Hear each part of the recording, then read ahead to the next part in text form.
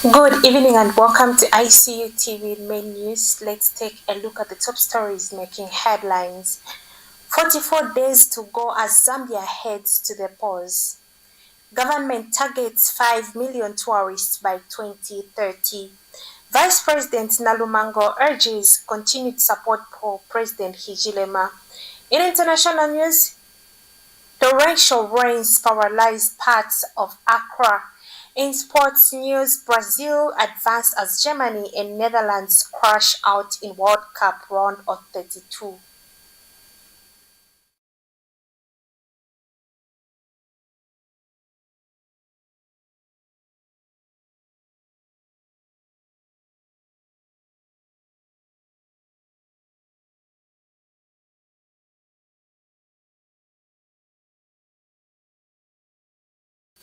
Presenting the news, I am Yamba Margaret, and now the news in details.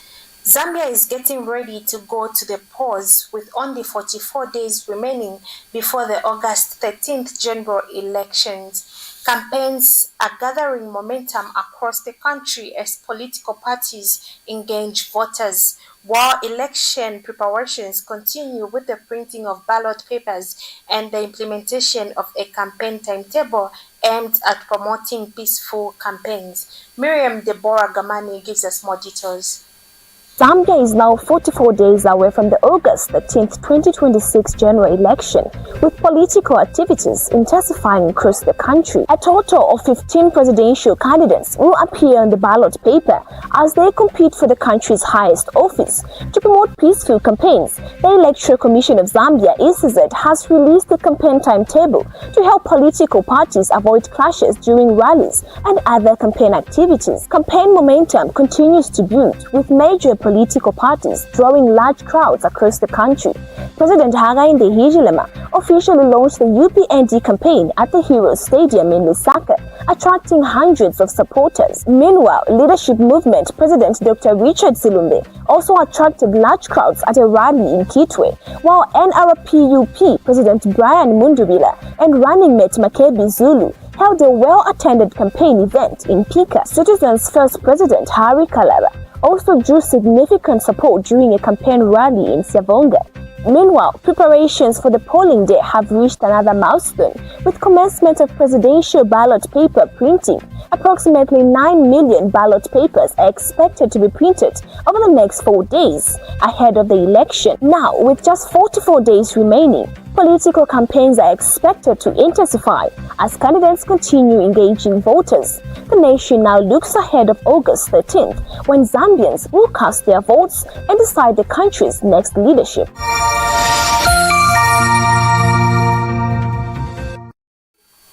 The Ministry of Tourism said Zambia is on course to achieve the government's target of attracting 5 million international tourists by 2030 through enhanced marketing strategies, improved policies, and increased investor confidence.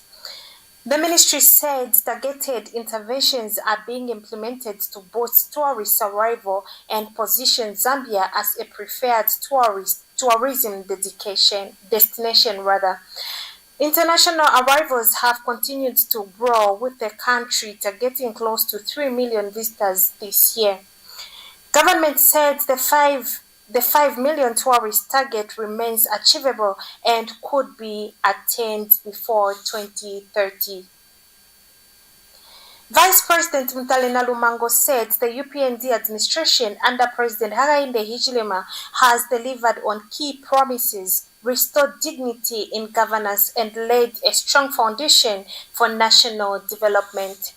The Vice President said government programs such as free education, bursaries, social cash transfers, and school feeding program are cushioning vulnerable families, while recruitment of teachers health workers and construction of health facilities and schools demonstrate progress in service delivery.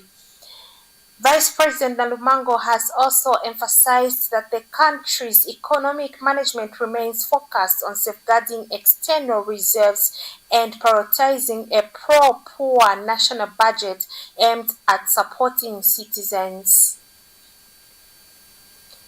You are still watching ICU TV's main news. We take our first set of commercials. Please stay tuned for more news. The Information and Communications University is complementing government effort in promoting legal and safe mining for all Zambians. ICU is offering a short practical training course to artisanal and small-scale miners and those who intend to venture into mining.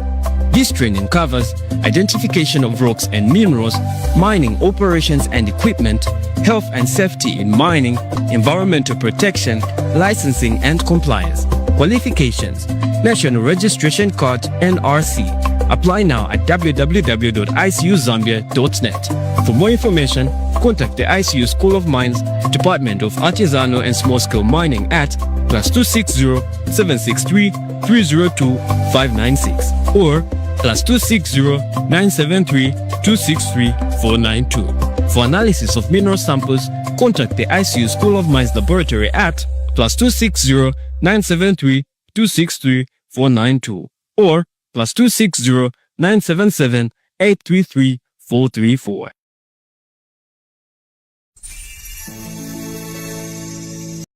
Welcome back and thank you for staying with us. In our local stories, the Rufunsa District Health Office has expressed concern over rising teenage pregnancies after recording 617 cases across 32 health facilities between January and June this year. Health authorities say the figures are alarming and have called for coordinated efforts from all stakeholders to reduce teenage pregnancies and improve adolescent health.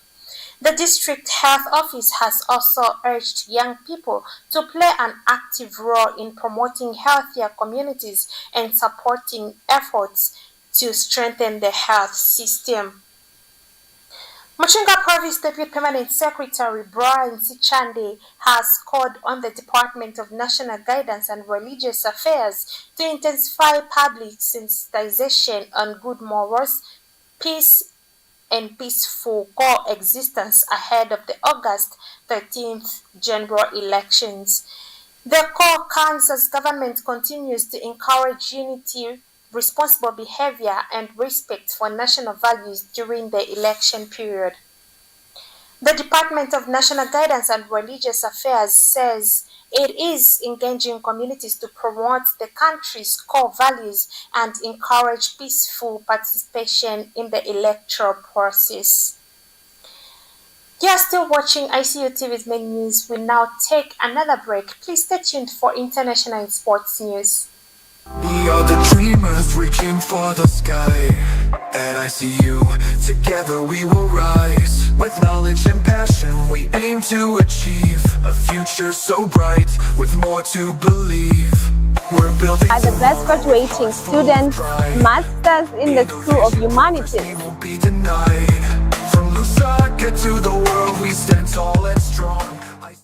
Hi, I'm Genea Moyo, and I am ICU. We're rising high with education. Welcome back. In international news, heavy overnight rains have triggered widespread flooding across parts of Ghana's capital, Accra, leaving homes submerged, roads undated, and property destroyed. Here is a report.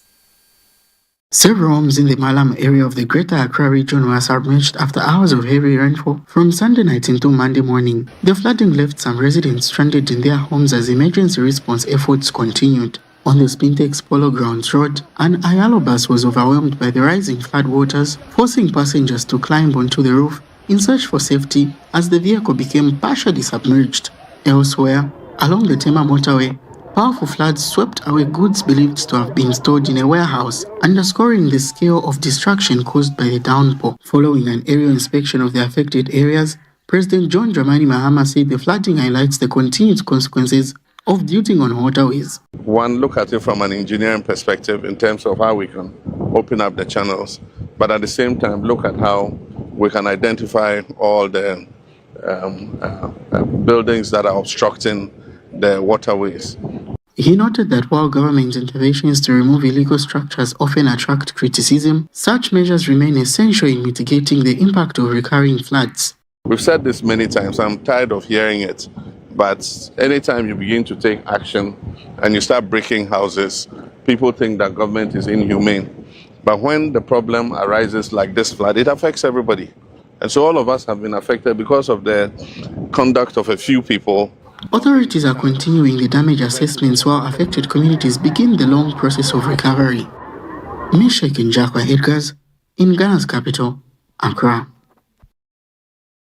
We are still in international news. Thousands of people have marched in major cities across South Africa demanding the removal of undocumented migrants from the country. Police, supported by private security, were deployed amid concerns that the demonstrations could turn violent. Authorities say about 25,000 undocumented migrants have already been repatriated, with most returning to other African countries. While many protests were largely peaceful, isolated incidents of looting and attempted looting were reported. In Johannesburg, several businesses remained closed and police presence was increased in key areas as authorities monitored developments linked to the protests. We now take a short break. Stay tuned for more news in sports.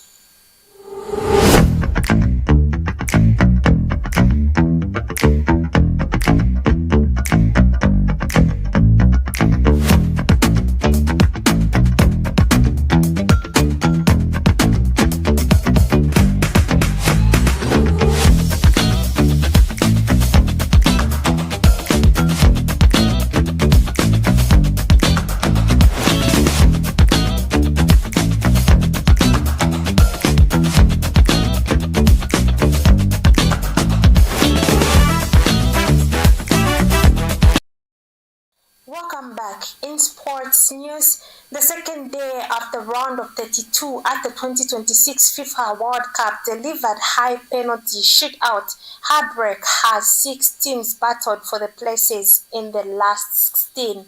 Brazil national football team booked their place in the round of 16 after a hard-fought 2-1 win over Japan, keeping their pursuit of a 60th World Cup title alive. In one of the biggest shocks of the tournament's 2014 champions Germany national football team were eliminated by Paraguay on penalties after a tightly contested match. The result sends Paraguay into the next round at the expense of the European giants. African champions Morocco national football team also made headlines after stunning the Netherlands on penalties following a tense 120 minutes, continuing their impressive World Cup run. With Brazil, Paraguay, and Morocco advancing, the round of 16 lineup is beginning to take shape under the expanded 48-team tournament format, which now includes a round of 32 stage.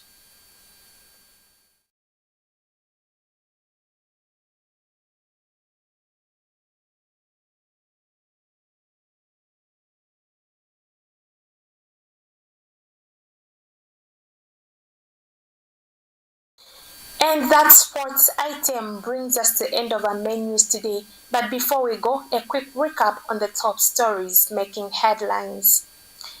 44 days to go as Zambia heads to the polls. Government targets 5 million tourists by 2030. Vice President Nalumango urges continued support for President Hichilema. In international news, torrential rains paralyze parts of Accra. In sports news, Brazil advances Germany and Netherlands crash out in the World Cup round of 32. Thank you so much for watching. For more news updates, please stay glued to our Facebook page at ICU TV and our website at icutvzm.com. Good night.